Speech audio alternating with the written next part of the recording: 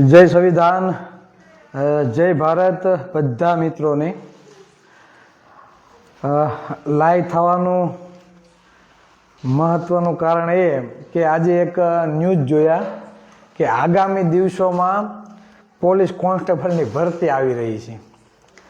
એટલે જે પણ મિત્રો લાઈવ નિહાળી રહ્યા છો તો વધુમાં વધુ લોકો સુધી આપણી વાત પહોંચે તેના માટે જોડાઓ અને વધુમાં વધુ શેર કરો. એટલે ખાસ જે સમાજમાં શિક્ષણ હોય, જે સમાજમાં શિક્ષણ હોય, સરકારી કર્મચારીઓ હોય, તો આપણે એવું સમજીએ કે સમાજનો વિકાસ બહુ વહેલામાં વહેલી તકે થાય છે. પણ ખરેખર શૈક્ષણિક ગેરરીતિઓ જે આપણા માટે બનાવવામાં આવી રહી છે આ સરકાર દ્વારા, તો ખરેખર એ બાબતો આપણા સમાજના ઘર સુધી પહોંચે છે ખરી? હાલ 2 દિવસ ત્યાં બીસી રાઠોડ સાહેબ અમે પોસ્ટ ચડાવી છે, જાગો ઓબીસી જાગો. તેમાં જો તો પોલીસ કોન્સ્ટેબલની જગ્યા હોય, આગામી જે ભરતી ગઈ છે પોલીસ કોન્સ્ટેબલની, નાયબ ઇજનેરની અને શિક્ષકોની, તેમાં ઓબી સમાજની કેટલી નોકરીઓ આ લોકો એ સીટું ખાઈ ગયા છે. બરાબર, ખાઈ ગયા એમ જ કહેવાય. 70% લેખે આપણી ભરતી થતી નથી. હું આંકડા પણ હમણાં આપીશ, કેમ કે હવે આંકડા તો મોઢે રહી ગયા છે. એટલે કહેવાનો મતલબ એ કે સરકાર દ્વારા જે ગેરરીતિઓ આપણા ઉપર થાય છે, તો ખરેખર તે ગેરરીતિ ઉપર આ સમાજ સુધી તે પહોંચે છે ખરી? ચાલો એ જવા દો. જે પક્ષના માણસો છે, તમે સત્તા પક્ષની વાત જવા દો, જે લોકો ભાજપમાં કામ કરતા હોય એ તો ઠીક છે, પણ જે લોકો આપમાં કામ કરે છે, કોંગ્રેસમાં કામ કરે છે, તો એ લોકો પણ ખાસ કરીને ઓબીસી એસસી એસટી સમાજ સાથે સંકળાયેલા અને તે સમાજમાંથી આવેલા લોકો જે શૈક્ષણિક ગેરરીતિઓ છે તો તેના માટે અવાજ ઉઠાવે છે ખરા? કે માત્ર સભા કરવાની, સરકારનો વિરોધ કરવાનો? પણ સરકારનો વિરોધ કઈ બાબતે કરવાનો? મૂળભૂત સમસ્યાઓ માટે કોઈ અવાજ ઉઠાવે છે ખરા? 70% લેખે ભરતી થતી નથી.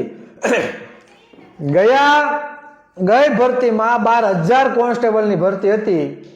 એમાંથી ઓબીસી સમાજના ભાગમાં 12,000ની ભરતીમાંથી ઓબીસી સમાજના ભાગમાં 3240 સીટ આવતી હતી. ભાગમાં કેટલી? 3240. આપણે કેટલી સીટો ભરવામાં આવી? 2992. એનો મતલબ એ કે 248 સીટો આ લોકો ખાઈ ગયા. આપણા આરક્ષણની, જે આપણા હકની સીટો છે, બરાબર, જે સરકારે આપણે 70% આરક્ષણ આપ્યું છે, તો 60% વસ્તી છે, 70% આરક્ષણ આપ્યું છે. આ 27% લેખે જે આપણી 12,000 માંથી જે આપણા ભાગમાં આવે છે 3240 સીટો, એમાંથી આ લોકોએ માત્ર 2992 સીટો જ ભરી. 248 સીટો આ લોકો ખાઈ ગયા. જ્યારે ઈડબ્લ્યુએસ જેનું 10% આરક્ષણ છે, 12,000 સીટોમાંથી તેના ભાગમાં આવતી હતી 1200 સીટો. કેટલી?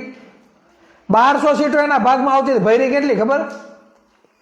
1440 સીટો. એટલે 440 સીટો, 10% આરક્ષણ જે છે ઈડબ્લ્યુએસ વાળાને, એને 440 સીટો વધારે ભરી. જ્યારે 60% ઓબીસી સમાજ છે, 70% લેખે પણ ભરતી કરી નથી, અને આપને 248 સીટ આપણે આ લોકો ખાઈ ગયા. કોણ ખાઈ ગયું એ રામ જાણે. એટલે સરકાર જ ખાઈ ગઈ એમ જ કેવું પડે આપણે. સમજાય છે? પછી નાયબ ઇજનેરની ભરતી હતી સરકારી. નાયબ ઇજનેરની સરકારી નોકરી હતી, બરાબર, તો એમાં પણ આ જ ગતકડા છે. 250 ની ભરતી હતી. ટોટલ 250 ની જે ભરતી હતી તેમાં 70% લેખે આપણી પાસે 54 સીટો આવતી હતી આપણા ભાગમાં. કેટલી? 54 સીટો. બરાબર, 54 ને 68 સીટો આવતી હતી અને આ લોકોએ ભરી કેટલી? 54 સીટો. બરાબર, એટલે કેટલી સીટો ખાઈ ગયા આ લોકો આપણા? 8 ને 6 આ. બરાબર, 14 સીટો આ લોકો ખાઈ ગયા. નાયબ ઇજનેરની 250 ની ભરતી હતી એમાં. આ જ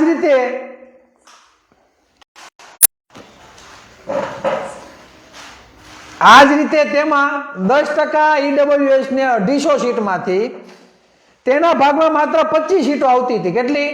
25. આ લોકોએ ભરી કેટલી? 58 સીટો ભરી. 58. બરાબર, એનો મતલબ એ કે આ લોકોએ 33 સીટો એની વધારાની ભરી દીધી. તો આ લોકો 10% આરક્ષણ આપે છે કે 20-25% આરક્ષણ, એ ખબર નથી પડતી. સમજાય છે? નાયબ ઇજનેરની ભરતીની વાત કરું, 250 સીટો હતી, તેમાં 70 લેખે ઓબીસી સમાજને 68 સીટો ભાગમાં આવતી હતી. તો આ લોકોએ ભરી કેટલી? 54. જ્યારે 10% લોકોને માત્ર 25 સીટો આપતી હતી, આ લોકોએ કેટલી ભરી દીધી? 58 સીટો. બરાબર, એટલે 33 સીટો વધારે આ લોકોએ ફાળવી દીધી. એ જ રીતે શિક્ષકોની જે ભરતી હતી એમાં ઓબીસી સમાજની 581 સીટો આ લોકો ખાઈ ગયા, ઓછી ભરી. કેટલી? 581 સીટો ઓબીસી સમાજની ઓછી ભરી. તો હવે એના માટે અવાજ કોણ ઉઠાવશે? ખાસ કરીને આપ અને કોંગ્રેસમાં જે લોકો જય મોટા મોટા સંમેલનો કરે છે, બરાબર, આ પક્ષ ભાજપ પક્ષને પાડવાની જે વાતો કરે છે, તો તમે મૂળભૂત જે બાબતો છે એના માટે તો અવાજ ઉઠાવો. એના માટે અવાજ કોણ ઉઠાવશે? કેજરીવાલ આવશે? રાહુલભાઈ ગાંધી આવશે ગુજરાતની પરિસ્થિતિ જોવા? તમારા મોવડી મંદિરમાંથી રાષ્ટ્રીય કક્ષાના નેતાઓ આવશે ગુજરાતમાં કે ગુજરાતમાં એટલી નોકરીઓ આવી છે અને એટલી નોકરીઓ 70% લેખે તમારી ખવાઈ જાય છે. બરાબર, આ અવાજ કોણ ઉઠાવશે? રાહુલ ગાંધી એવું કહે છે કે જેની જેટલી વસ્તી એટલો બધી જગ્યાએ હોવો જોઈએ.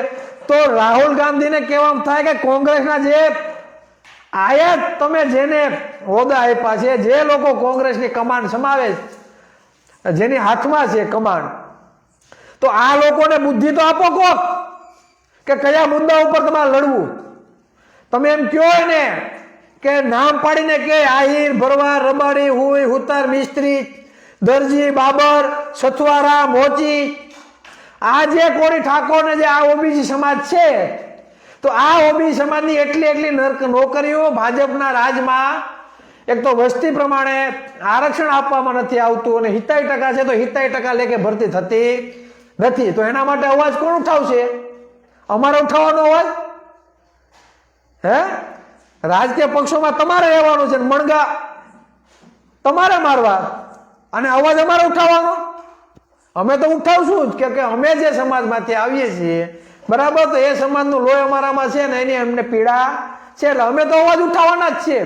પણ ખરેખર જે વિરોધ પક્ષો છે તો તેને ખરેખર મૂળભૂત બાબતો માટે અવાજ ઉઠાવવી જોઈએ.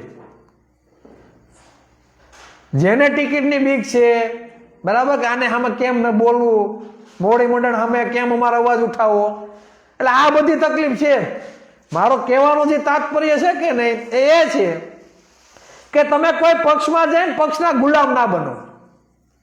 પક્ષમાં રહીને પક્ષના ગુલામ ન બનો. તમારે તમારા સમાજની મૂળભૂત સમસ્યાઓ માટે તમારો અવાજ ઉઠાવવો પડે.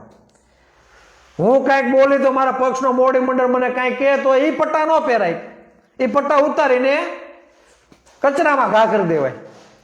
જો તમે મૂળભૂત બાબતો માટે અવાજ ઉઠાવી શકતા ન હોય તો એ તમારે એના પટ્ટા પહેરીને સમાજને હું કામે ગેરમાર્ગે દોરો છો ભાઈ? હે? સમાજને કેમ ગેરમાર્ગે દોરો છો? પોલીસ કોન્સ્ટેબલની હમણાં ભરતી આવશે, બરાબર.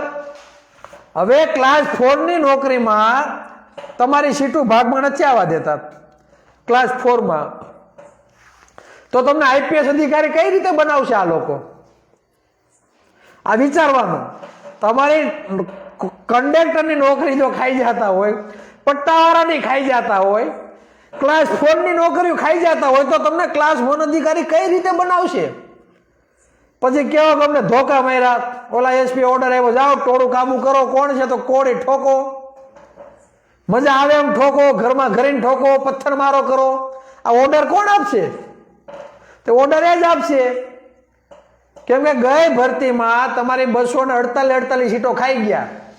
આપણે આરક્ષણના બણગા માળીએ કે આરક્ષણ મળવું જોઈએ, બરાબર, તો આરક્ષણનો લાભ તો મળતો નથી. જે 87% આરક્ષણ આપણે આપ્યું છે, 87% લેખે ભરતી થતી નથી. પોલીસ કોન્સ્ટેબલમાં 248 સીટ ખાઈ ગયા. નાયબ ઇજનેરમાં 250 સીટ હતી, ટોટલ 250 સીટ, બરાબર, તો એમાં કેટલી ખાઈ ગયા?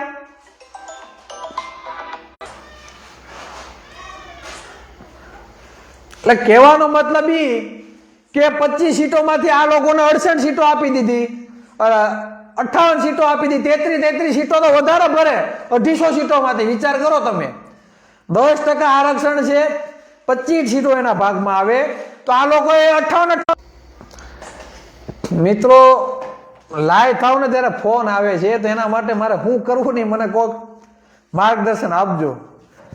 કેમ કે ફોન આવે એટલે 2 વખત એરર આવે છે, બરાબર, 2 વખત એરર આવે એટલે આપણે 30-35 સેકન્ડ આપણે લેટ થઈ જાય ને આપણું જે હોય ને લિંક બધી તૂટી જાય. કહેવાનો મતલબ એ કે નાયબ ઇજનેરમાં 250 સીટમાંથી ને જો એ લોકો 33 સીટો વધારે લઈ જતા હોય, બરાબર, અને આપણા ચૂંટાયેલા પ્રતિનિધિઓ ઓબીસી સમાજના, બરાબર, એને તો બુદ્ધિનો સાટો છે કે એ ખબર નથી પડતી. પછી એમ કે ચિરાગભાઈ આમ બોલે, ચિરાગભાઈ આમ કેલા, ભાઈ ખરેખર જે શિક્ષણની ગેરરીતિઓ છે એના માટે તમે અવાજ નહીં ઉઠાવો તો ઉઠાવશે કોણ? તમારાથી અવાજ ન ઉઠાવતા હોય તમે તો સમાજને જાગૃત તો કરો, જે ઉઠાવે ને ઉઠાવવા દો. કે માત્ર ધારાસભ્ય અને સાંસદ બનીને બેહવાનું છે. હવે પાછી ભરતી આવી કોન્સ્ટેબલની. હવે આ જે અન્ય પેલા થયા છે એના તો કોઈ ભરપાઈ કરતું જ નથી, તો એ ભરપાઈ કોણ કરશે? એના માટે લડશે કોણ?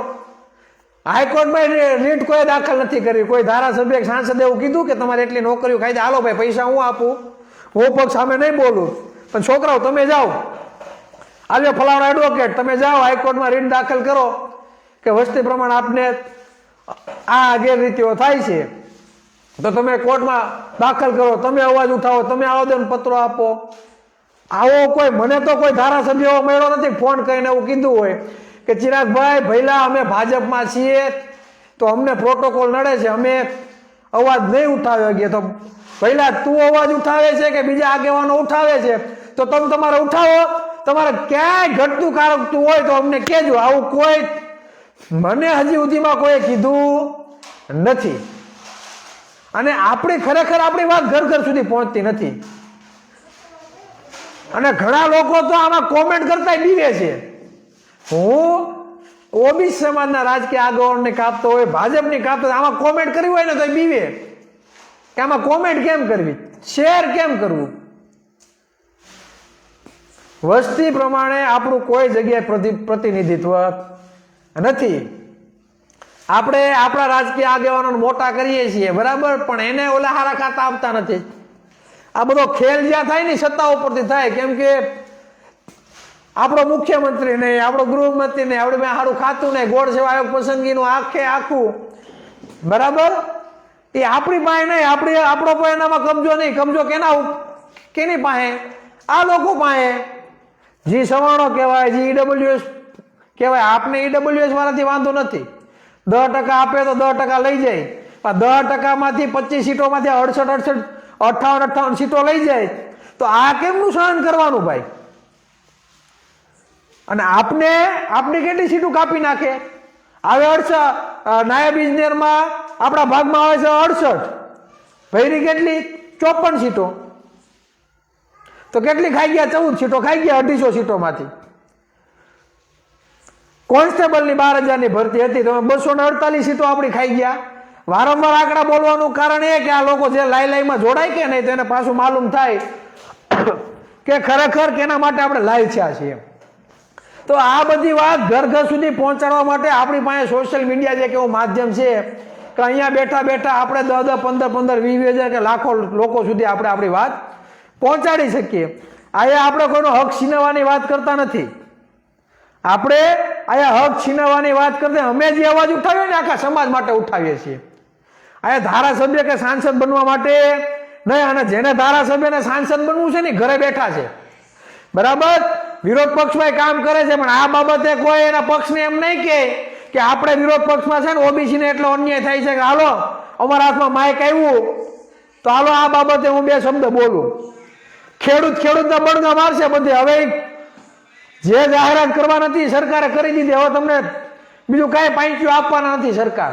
હવે એ મુદ્દો પૂરો થયો હોય તો આ જે આરક્ષણની જે વાત છે, બરાબર, વસ્તી પ્રમાણે જે આપણી ભરતી નથી થતી ને હવે નવી ભરતી આવે છે ને પહેલાની જે સીટો આપણી ખાઈ ગયા છે, એના માટે તો તમારા હાથમાં માઇક આવે બોલો તો ખરી. કોણ બોલશે? આ ખાસ આપ વાળા બધી જગ્યાએ સભા કરે, કોઈ એવો દિવસ ખાલી નથી. કોંગ્રેસ વાળા બધી જગ્યાએ સભા કરે છે, કોઈ એક જગ્યાએ દિવસ ખાલી નથી. કહેવાનો મતલબ એ કે ખેડૂતોમાંથી ખેડૂતોનો જે મુદ્દો છે એમાં સરકારે જે આપવાનું હતું એ આપી દીધું, બરાબર. આ મુદ્દાની સાથે સાથે આહિર, ભરવાડ, રબારી, હુતર, મિસ્ત્રી, સથવારા, દરજી, બાબર, આ 146 જ્ઞાતિઓ છે, આદિવાસી સમાજ છે, એસટી સમાજ છે. આ લોકોને જે સરકારી ભરતીઓમાં જે અન્યાય થાય છે, આરક્ષણ પ્રમાણે આપણી ભરતી નથી થતી. એક તો આપ્યું છે ઓછું, જેની 10% વસ્તી છે 10% આરક્ષણ મળે છે, જેની 7% વસ્તી છે 8%, 15% વસ્તી છે 15%.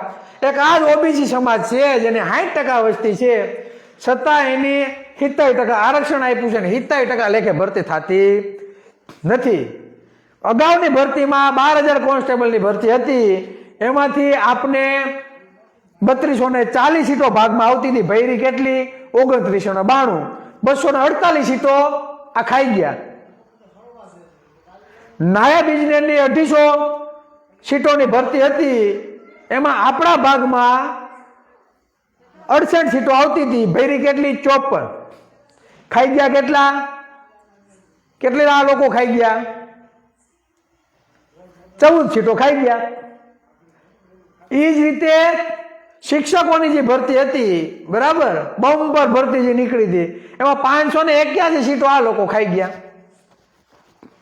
એ આજ ખાઈ જાય ભાઈ. સત્તામાં બેઠેલા, બરાબર, ભૂપેન્દ્રભાઈ પટેલ ને જે હર્ષભાઈ સંઘવી ને આજે ખાતા મેન લઈને બેઠા ને, વસ્તી નથી એ લોકો મુખ્યમંત્રી અને ગૃહમંત્રી બનીને આજ બધા ખાઈ જાય છે.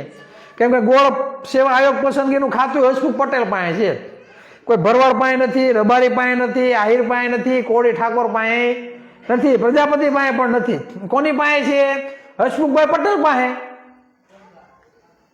તો આનો ખુલાસો કોણ? હર્ષમુખ પટેલને કરવાનો હોય, ભૂપેન્દ્રભાઈ પટેલને કરવાનો હોય, હર્ષભાઈ સંઘવીને કરવાનો હોય, જીતુભાઈ વાઘાણીને કરવાનો હોય, કે આપણા ઓબીસી નેતાઓએ કરવાનો હોય? કરશે કોણ? આપણા ઓબીસી ના નેતાઓનો તો નામ ન લેવાય, નકર તેમ કે ચિરાગભાઈ તમે અમારો વિરોધ કરો છો એમ. કેમ કે સમાજના સ્થાન ઉપર લઈને તમે આરતોરા કરો છો અને તમે શિક્ષણના કાર્યોમાં જાઓ છો, બરાબર ને. ધારાસભ્યોનો પગારે તમે લ્યો છો, સાંસદનો પગારે તમે લ્યો છો, અમે નથી લેતા. એટલે પેલી જવાબદારી તમારી આવે. તમને ન કહે તો કોને કહેવાનું ભાઈ? અમે તમને ન કહે તો અમારે કહેવાનું કોને? બરાબર. આપણા નથી તો કરી દેવાનું નથી. પાટીદાર સમાજના નેતાઓ પાસે થોડુંક સાંભળવાના છે અમારું, સાંભળશે? નહીં સાંભળે. બ્રાહ્મણ સમાજના નેતાઓ પાસે જવું નહીં સાંભળે, વાણિયા સમાજના નેતાઓ પાસે જવું નહીં સાંભળે. કોની પાસે જવાનું? ઓબીસીના નેતા પાસે.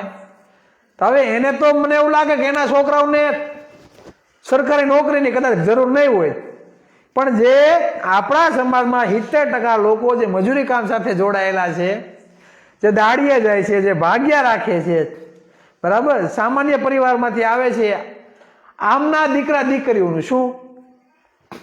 હવે કોન્સ્ટેબલની જે ભરતી હતી મેદાનની, એમાં પેલા દોડના ગુણ આપવામાં આવતા, દોડના ગુણ કાઢી નાખ્યા. તો આ દોડના ગુણ કાઢી નાખ્યા એના માટે કોણ લડશે?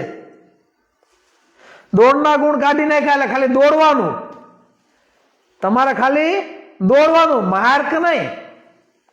દોડનાથી માર્ક આપતા નહીં, માર્ક કાઢી નાખ્યા. દોડાવશે તમને પણ માર્ક આપશે નહીં.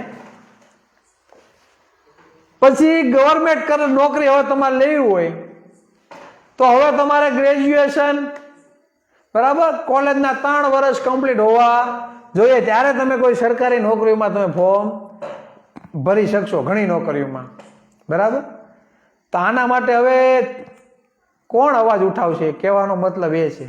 જે મિત્રો લાઈવ જોઈ છે એને હું વિનંતી કરું કે અહીંયા બેઠા બેઠા બધી જગ્યાએ પહોંચવાના નથી, પણ ખરેખર વાતમાં કંઈ તમને લાગતું હોય તો તમે આપણી વાતો ઘર ઘર સુધી પહોંચે એના માટે પ્રયત્ન કરો.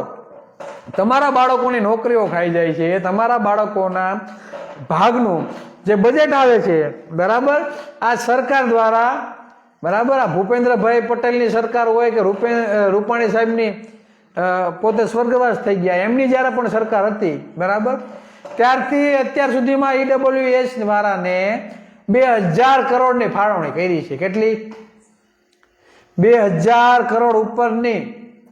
આપને કાંઈ નથી આપ્યું, આપણે ખાલી આપવાનું છે ટેક્સ. આપને શું આપે છે? આપણે આપે છે આંદોલન કરવાવાળાને 307 દાખલ કરે, પોલીસ વાળા ફરિયાદી રહી, બાકી કોઈ વસ્તુ કઈ આપવામાં આવતી નથી. માત્ર આપવામાં આવે છે ધોકા, ધોકા અને ધોકા. સીટું આપવામાં નથી આવતી બરાબર. કોઈ એમ હોય કે અમને સીટું આપે છે બરાબર, તો સીટું આપતા નથી. પૂછી લેજો તમારા વિસ્તારમાં કે સીટું માટે કેટલી ભીખ માગવી પડે, અમને આપો, અમને આપો. એને સીટું જોતી હોય ને તો તાત્કાલિક મળી જાય. CR પાટીલ જે સીટ ઉપર ચૂંટાઈને આવે ને 60-70% કોળી પટેલનું મતદાન.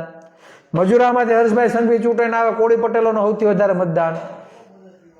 સમજાય છે? જીતુ વાઘાણી જાતિ ચૂંટાઈને આવે, સૌથી વધારે કોળી પટેલોનું મતદાન.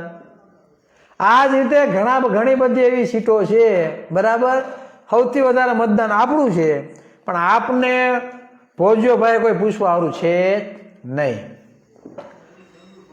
એટલે ખાસ કરીને શિક્ષણની આપણે વાતો કરીએ છીએ તો શિક્ષણ એક અન્યાય જે થાય છે, શિક્ષણના વિરુદ્ધમાં જે ગેરરીતિઓ થાય છે તો તેના માટે અવાજ ઉઠાવશે કોણ?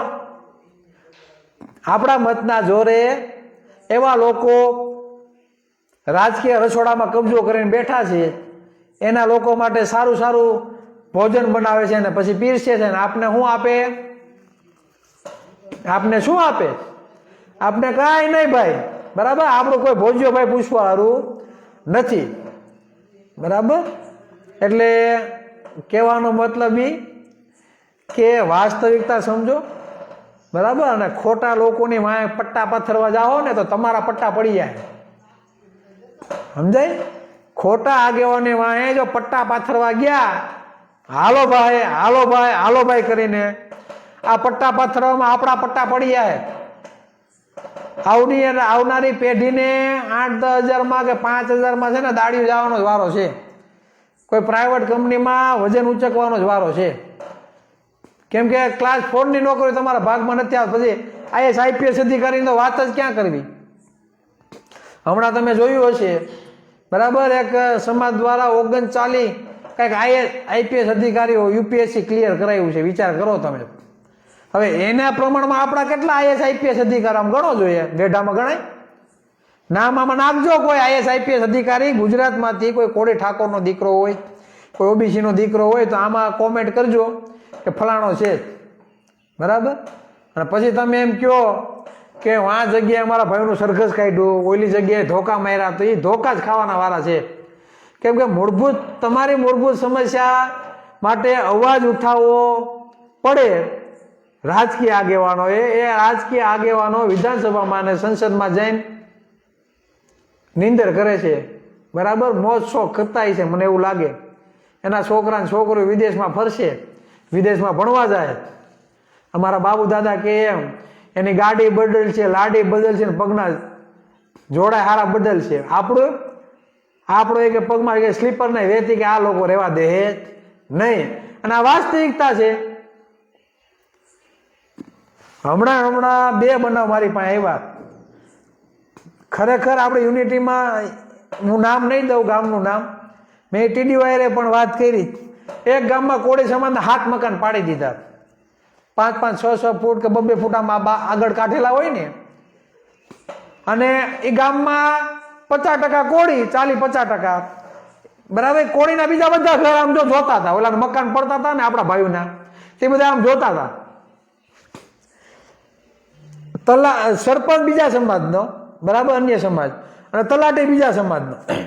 આપણા ભાઈઓના મકાન પડતા હતા તો આમ જોતા હતા બધા, ભલે પડે, એના ભાણામાં માખી પડી ને આપણા ભાણામાં ક્યાં આવી, આપણે ઉડાડવી નથી. ઓલા મકાન પડી ગયા. હવે કાલે એક ઓબી સમાજને બનાવ હતો, ત્યાં હું આટો મારીને આવ્યો, એટલે વચ્ચે મને ફોન આવ્યો, એટલે આ ગામની ના ભાઈઓને આપણે મુલાકાત લીધી, બરાબર, એ ગામના રોડ ઉપર. એટલે પછી એણે મને વાત કરી, ચિરાગભાઈ હકીકત બધું આવું છે. એટલે મેં પછી ત્યાંથી ટીડીઓને ફોન કર્યો, બરાબર, હજી રેકોર્ડિંગ વાયરલ નથી કર્યું. મેં કીધું સરપંચને કયો માનવતા જેવું કંઈ છે કે નહીં, કાયદો બધા માટે સમાન છે. અને ખુદ સરપંચની જગ્યા 1 ફૂટને 4 ઇંચ બારોબાર છે, વિચાર કરો. ભાજપના 3 આગેવાન છે, એ બધે ત્યાં વારેલું છે આખા ગામમાં. એમાં એની સિવાયના કોળી સમાજના કેટલા લોકોએ વારેલું છે, એ કોઈનું ન પડ્યું. આ 6-7 જણાનું આનું સીધું ઉપાડી લીધું. એટલે ટીડીઓને આપણે એમ કીધું કે ભાઈ કઈ માનવતા જેવું છે કે નહીં, સરપંચને પૂછો, તલાટી મંત્રીને નહીં, કે આ તમારા બાપાનો કાયદો તો નથી, કાયદો તો બધા માટે છે, તો આના જ કેમ મકાન પડ્યા, ઓલાના કેમ ન પડ્યા. એટલે સરપંચ અને તલાટી વિરુદ્ધ લીગલ એક્શન લેવામાં આવે. અને મેં આપણે એ કીધું, નહીં લ્યો. જોકે એને જવાબ આપી દીધો નહીં, જવાબની તારીખ હોતને વહી ગઈ. એ હોતને કીધું ભાઈ તમે જવાબ ભરીને આપ્યો છે, પણ એની તારીખ વહી ગઈ છે, બરાબર. એટલે કોઈ નહીં થાય. આપણે એને કીધું છે કે ભાઈ કોર્ટમાં પીએલ દાખલ કરશું. આપણે આપણા સમાજના ઘણા લોકોએ મકાન પાડી વારેલા છે, બરાબર. તો આપણે એમ હવે એના મકાન તો પડાય તો નહીં, આ ભાઈના પડી ગયા તો એ પડી ગયા. પણ જે તલાટી અને જે સરપંચે આ કાંડ કર્યું છે, તો એને ભાન તો થવી પડે ને કે ભાઈ કાયદો શું કહેવાય એમ. એટલે આ વસ્તુ છે. બીજો એક બનાવ એવો આવ્યો, આપણો ભાઈ સેન્ટિંગનું કે આ બાંધકામનું કઈ કામ રાખતો હોય છે, ચૂનાની ઓલી લાપી ભરવાનું એવું, 77,000નું કઈક કામ માલ લીધો હોય છે ક્યાંકથી. અને પછી ભાઈને કોઈક મરણ થઈ ગયું, દવાખાનું આવી ગયું, તેમાં પડી ગયું, એટલે એ પૈસા એનાથી દેવાના નહીં. હવે શું એવું કે બાપ દીકરાના બેના ઓલા લોકો વિડીયો, જેને પૈસા લેવાના હતા ને, અને વિડીયો બનાવ્યા, 4 વ્હીલની પીયુસી ઓલા શું કહેવાય 4 વ્હીલના કાગળિયા લઈ લીધા, અને ગાડીની ચાવી હોતને લઈ લીધી. હાલો એ જવા દો. પછી એ લોકો ન્યાના જે આગેવાનને મળ્યા, તે આગેવાનને એમ કીધું હું વચ્ચે રહું, પણ મારે એમને એમ કેમ રહેવું. હવે ઓલરેડી 4 વ્હીલના કાગળિયા ચાવી લોકો લઈ ગયા, વિડીયો ઉતાર્યો, બરાબર. બીજું એ કાંઈક 75 કે 77,000 લેવાના હતા, અને બીજા 50,000 તો રોકડા એને આપી દીધા. તે સિવાયનો ઓલો ભાઈ વચ્ચે લઈને ચેક અપાયો કોરો સહી કરીને સામેવાળાને.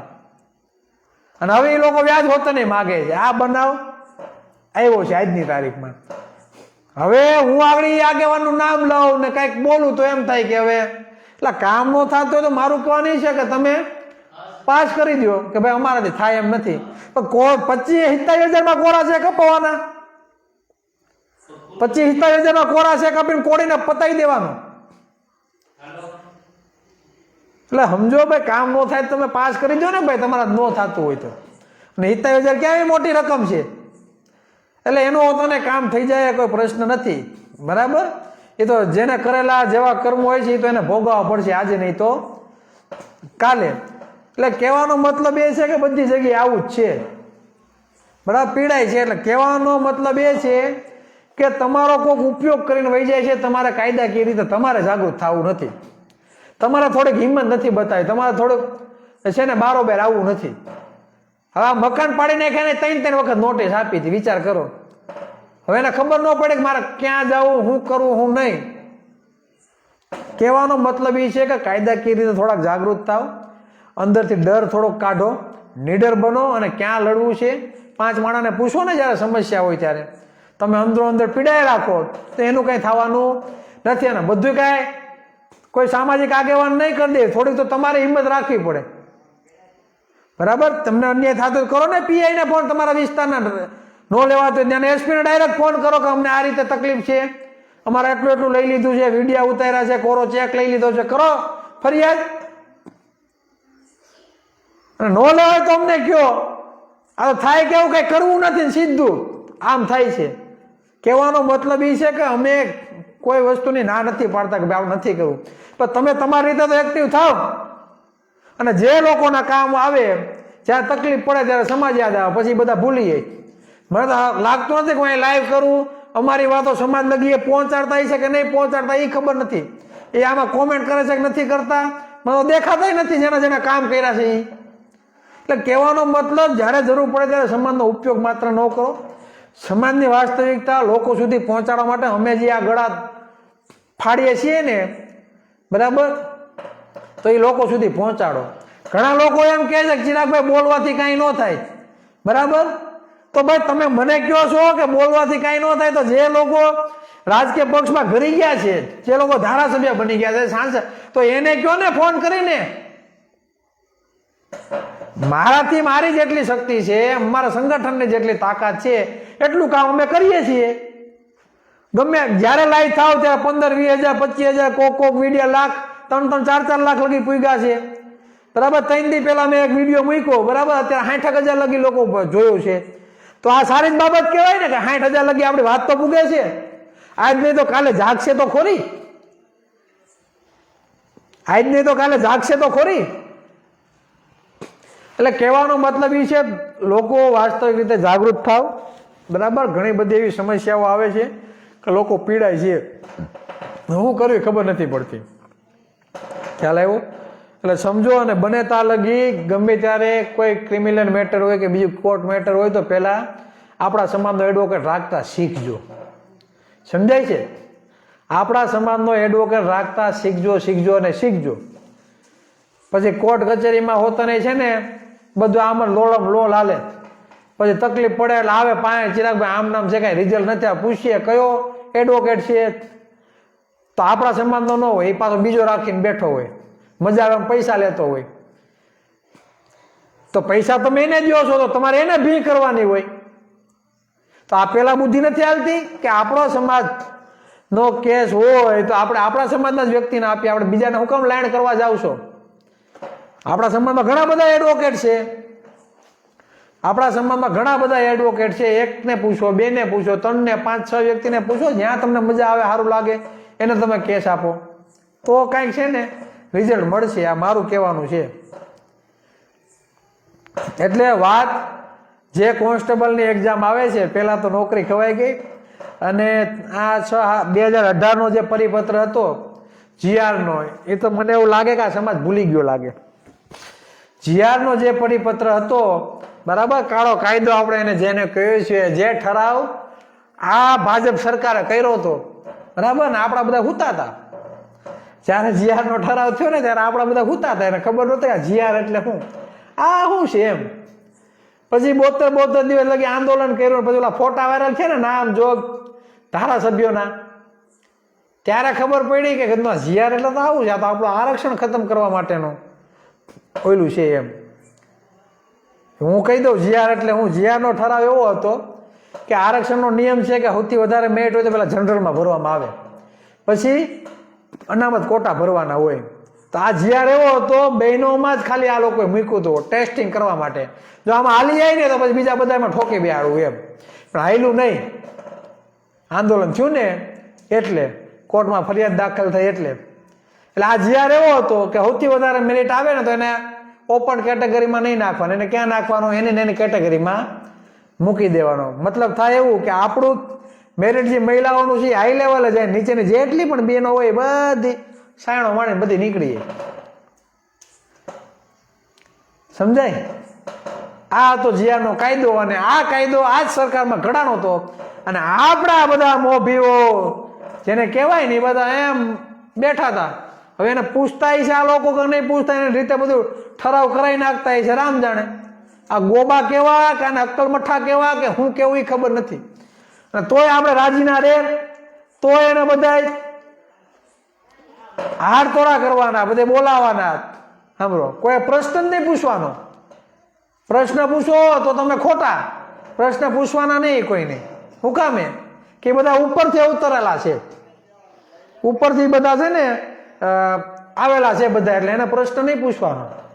ભલે ઈ સમાજના મત લઈ જાય, બધું લઈ જાય, પણ એને કોઈ સવાલ કરવાનો નહીં.